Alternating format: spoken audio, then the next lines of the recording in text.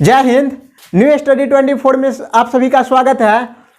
आज हम लोग सिकंदर के आक्रमण के बारे में चर्चा कर रहे हैं।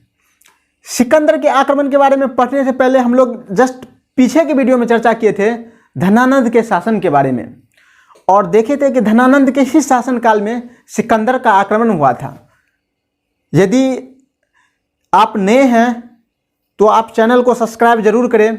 आपको बता दें कि इस टॉपिक को ख़त्म होने के बाद हम लोग इस टॉपिक से रिलेटेड जितने भी क्वेश्चन आंसर बीपीएससी में या यूपीएससी में या एमपीपीएससी में आया है इसके बारे में चर्चा करेंगे, और जो आने की संभावना है उसके बारे में भी हम लोग चर्चा करेंगे। तो आप वीडियो को लास्ट तक जरूर देखें।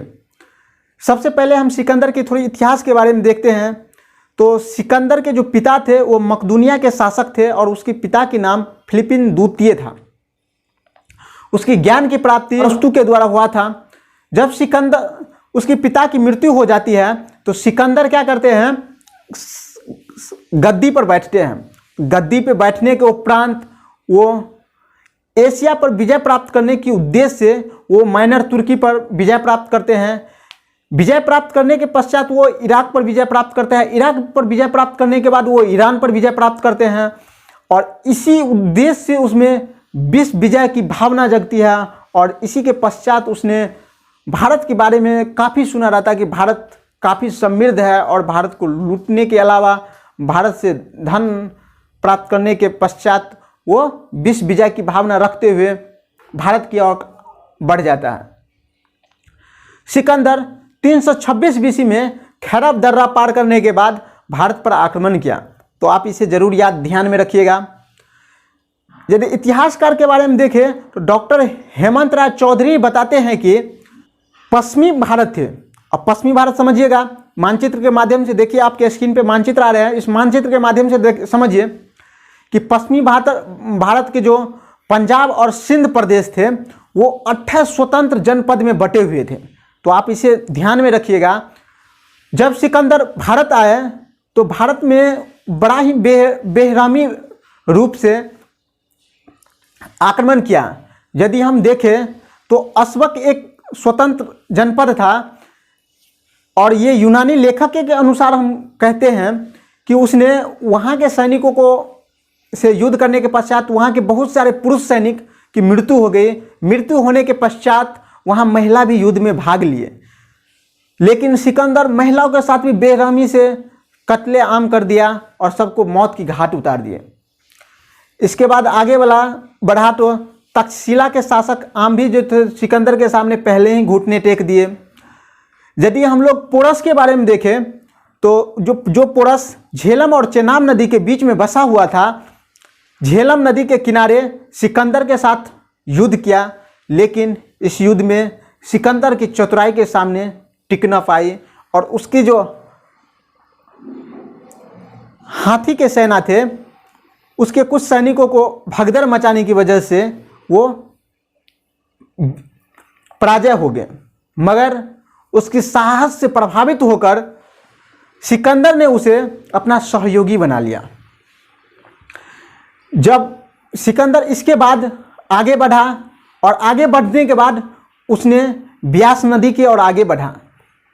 ब्यास नदी सिकंदर का उत्कर्ष का सबसे अंतिम बिंदु रहा, क्योंकि उसके बाद सिकंदर के सैनिक आगे बढ़ने से इनकार कर दिया।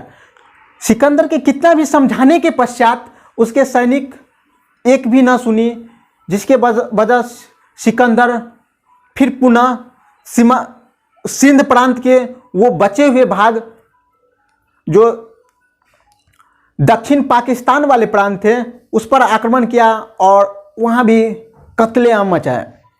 सिकंदर का मृत्यु जो है 323 बीसी में बेबीलोन में हो गया।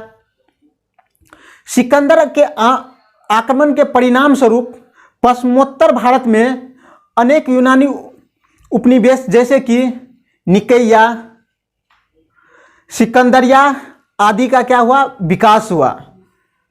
तो यहाँ तक आप लोग समझ गए। तो सिकंदर का जो इतिहास है एक इसी प्रकार से है, क्योंकि इससे बाहर कंपटीशन में अभी तक नहीं आ रहा है। यदि इससे बाहर कंपटीशन में आएंगे तो फिर हम अगले वीडियो में उससे विस्तार पूर्वक चर्चा करके हम लोग जरूर देंगे। तो चलिए हम लोग एमसीक्यू टेस्ट करते हैं। सिकंदर के हमले के समय उत्तर भारत का निम्नलिखित वंशों में से किस एक का शासक था? तो आप इसका आंसर जरूर दें। इसका जो शासक है वो नंद वंश है। हम लोग देखे थे नंद वंश उत्तर भारत के बहुत ही शक्तिशाली शासक थे, घनानंद। अगला क्वेश्चन, निम्न में से मगध का कौन सा शासक राजा सिकंदर महान के समकालीन था? तो अब यहाँ समकालीन क्वेश्चन पूछा है तो समकालीन का अर्थ समझते हैं। समकालीन का मतलब होता है उस टाइम में दो महान शासक।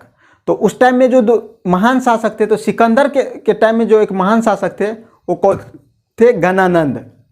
चलिए अगला क्वेश्चन, उस वीर भारतीय राजा का नाम बताएं जिसने सिकंदर ने झेलम के तट पर पराजित किया था। तो झेलम के नदी के तट पर किसे पराजित किया था? आप उसका आंसर जरूर दें। तो हम लोग पढ़े थे पोरस या पुरु के राजा। निम्न में से सिकंदर के हमले के समय तक्षशिला का शासक कौन था? तक्षशिला का शासक आम्भी था। सिकंदर का मृत्यु कब हुआ था? तो सिकंदर का मृत्यु 323 बीसी में हुआ था। आपको ये कैसा लगा आप कमेंट करके ज़रूर बताएं और अपने नए नए दोस्तों के पास शेयर करें, जिससे कि इस वीडियो के माध्यम से सभी को हेल्प मिल सके। धन्यवाद।